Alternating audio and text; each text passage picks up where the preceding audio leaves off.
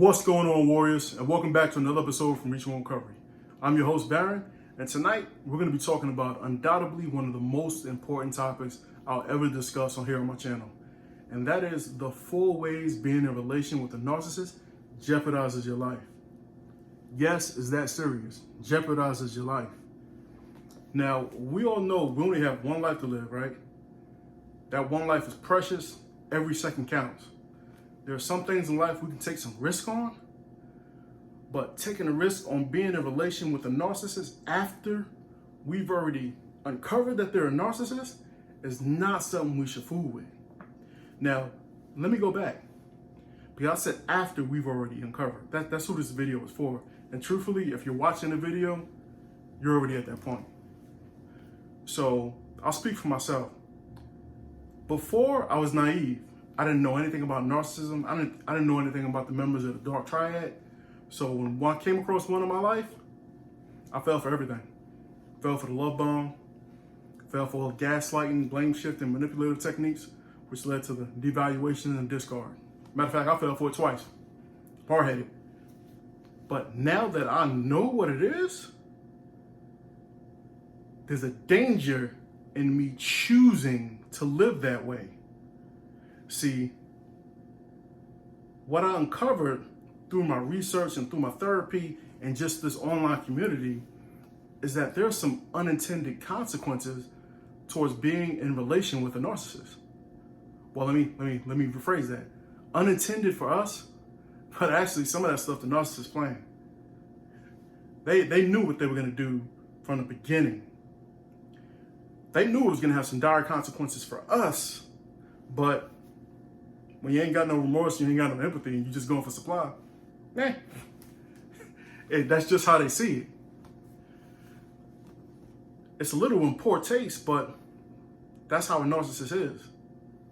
So tonight, I want to jump through the 4 ways that it actually jeopardizes our life to choose to stay with these people. And I'm going to go straight into it. Number 1, the loss of actual time. Like I told you before, the narcissist knew what they were going to do. They knew this relationship wasn't going to lead to anything. It was going to belly out towards failure, just like all the relationships did before you and all the relationships are going to do after you. You would just supply for the short term. Long term, if they can get you to do it. But for the most part, they probably only intended on you sticking around for the short term. They want to use you for the long term, but not actually have you there. They want new supply.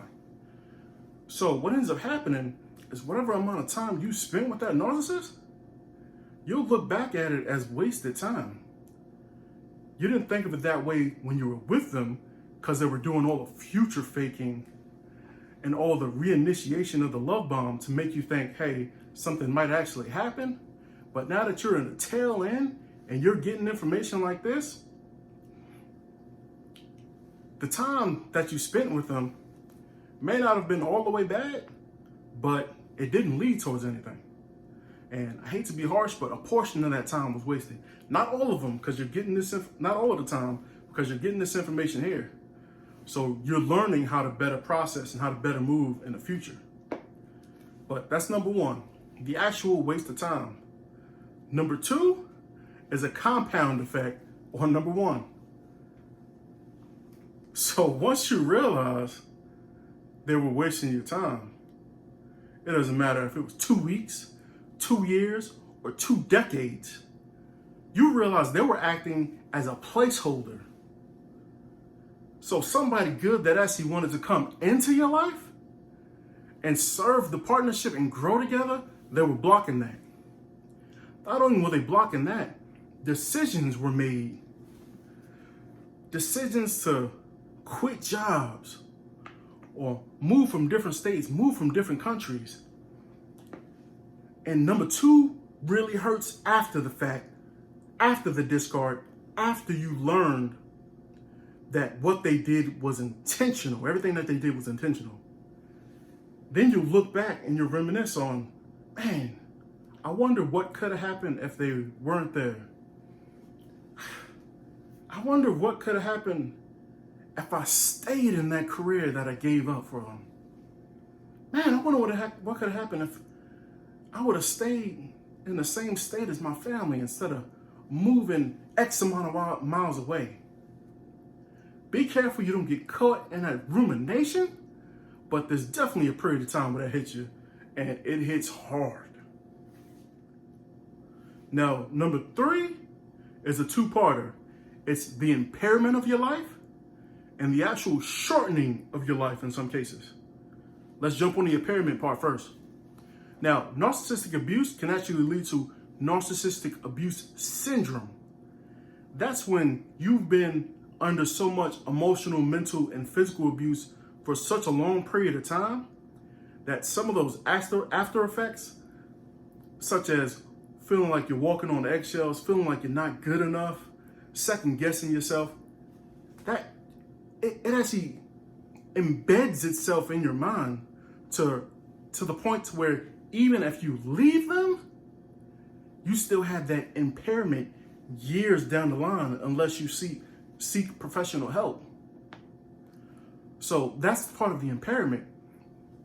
But the darker part of it is the shortening of the life, which I need you to grasp, because some of y'all are still in narcissistic situationships, relationships right now.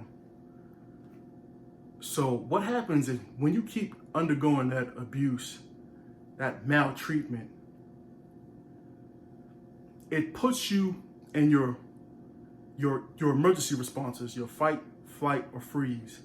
Now, those responses are only supposed to be short term to get you out of danger and to get you to safety. But when you're with a narcissist undergoing that consistent abuse daily, in and out, you constantly feel like you're in that danger.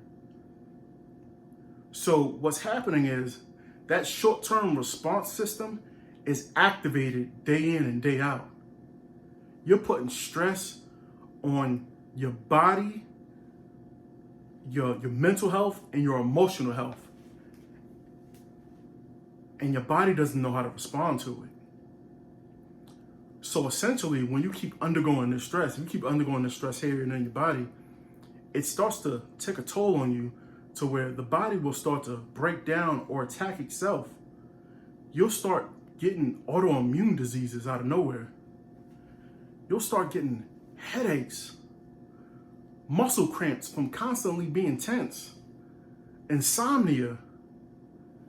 And the crazy part about that is that's only the initial stuff. Once you have those effects for so long, they start to compound.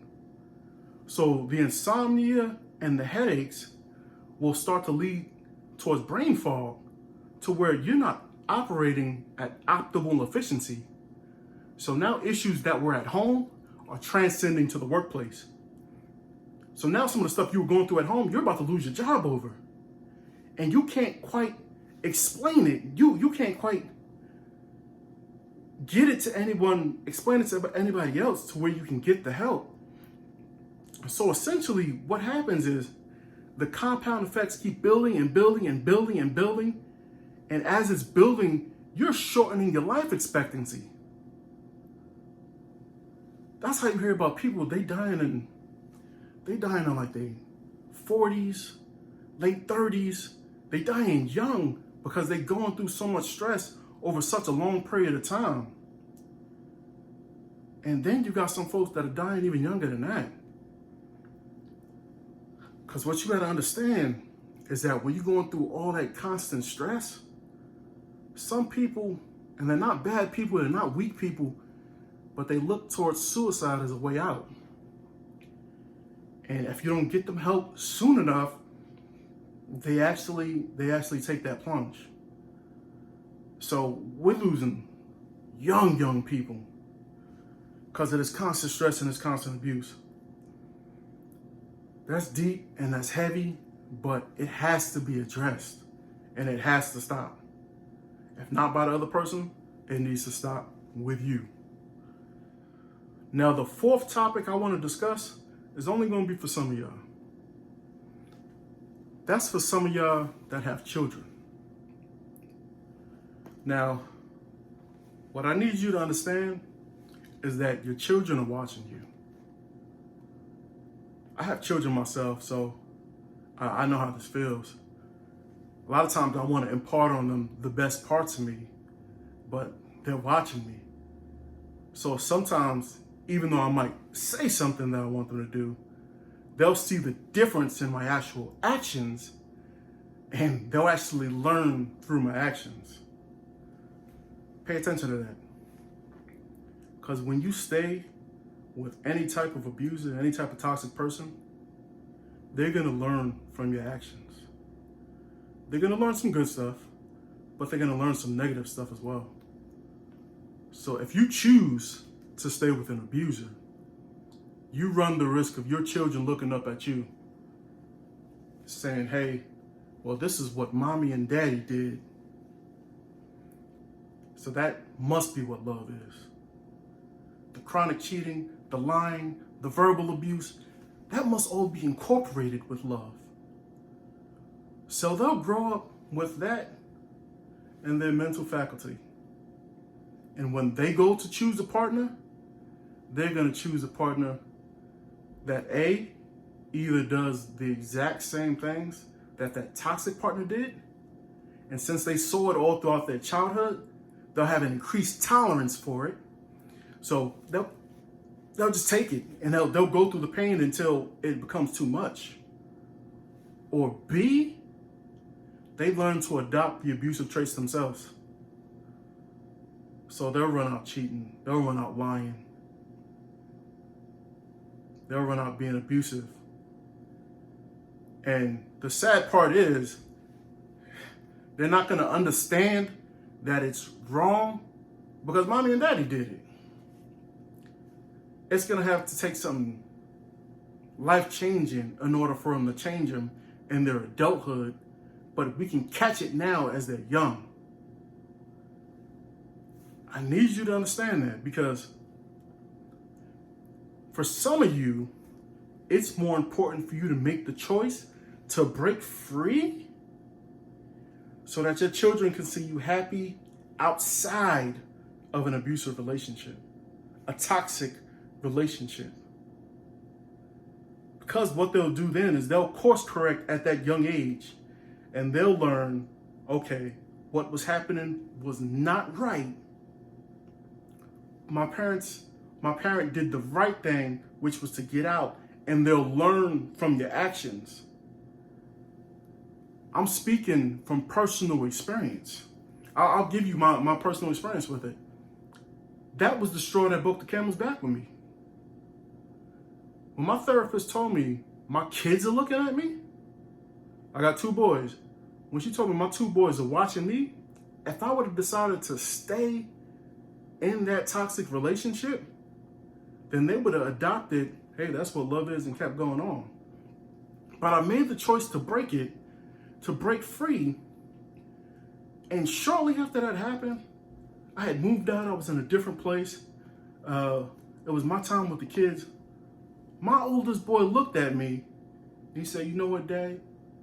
You look happy now.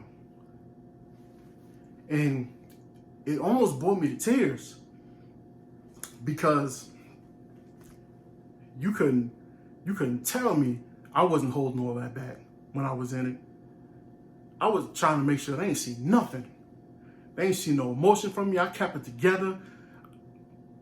Man, I could have sworn I was the best actor on the planet. I thought I really kept it together for him, but through all of that, he saw through me, and he saw what I was going through.